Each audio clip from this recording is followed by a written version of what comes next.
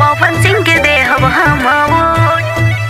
आरा से चल के आइले कोरा कट विकास करे, पवन सिंह के देहब हम वोट।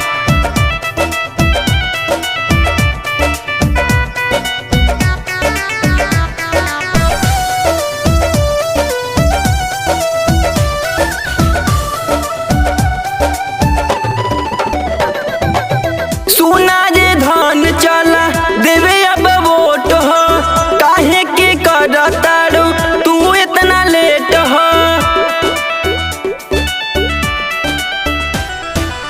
सुना जे धन चला देवे अब वोट हो, काहे के करतारू तू इतना लेट हो।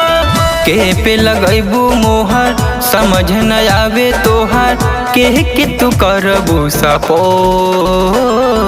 आरा से चल के आइले कोरा कट विकास करे, पवन सिंह के देहब हम वोट। हाँ कही चिप आरा से चल के आइले कोरा कट विकास करे, कही चिप देहब हम वोट।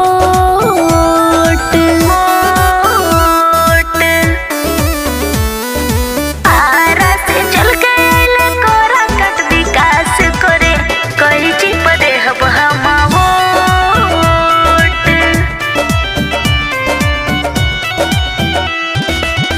हमहु सुनतानी हवे ने को दिल के, हाड़ा रही नाही देखी है ऊ रात दिन। अरे वो लोग दोनों जोड़ा बका, हम हूँ जानता नहीं उन्हें का तबारे में, टाइम लगी नहीं कोरा कट सवारे में। सच कहतारू तोहू सबसे कहब हमहू, बिकी हना देही केहू नो।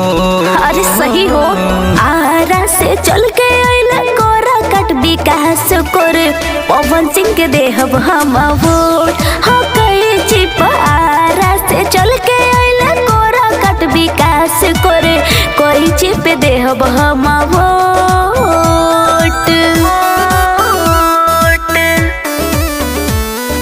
आरा से चल के आइले कोरा कट विकास करे, कोई चिप देहब हम वोट।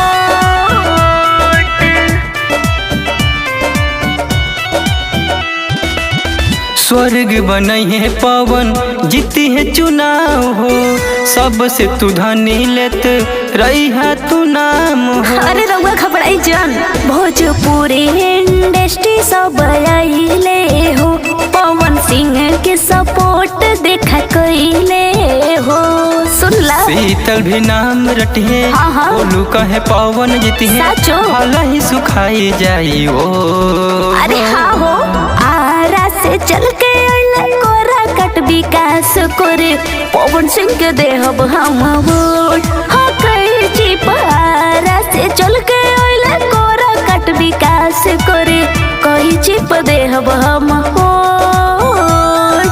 अरे सब कोई दे दिया।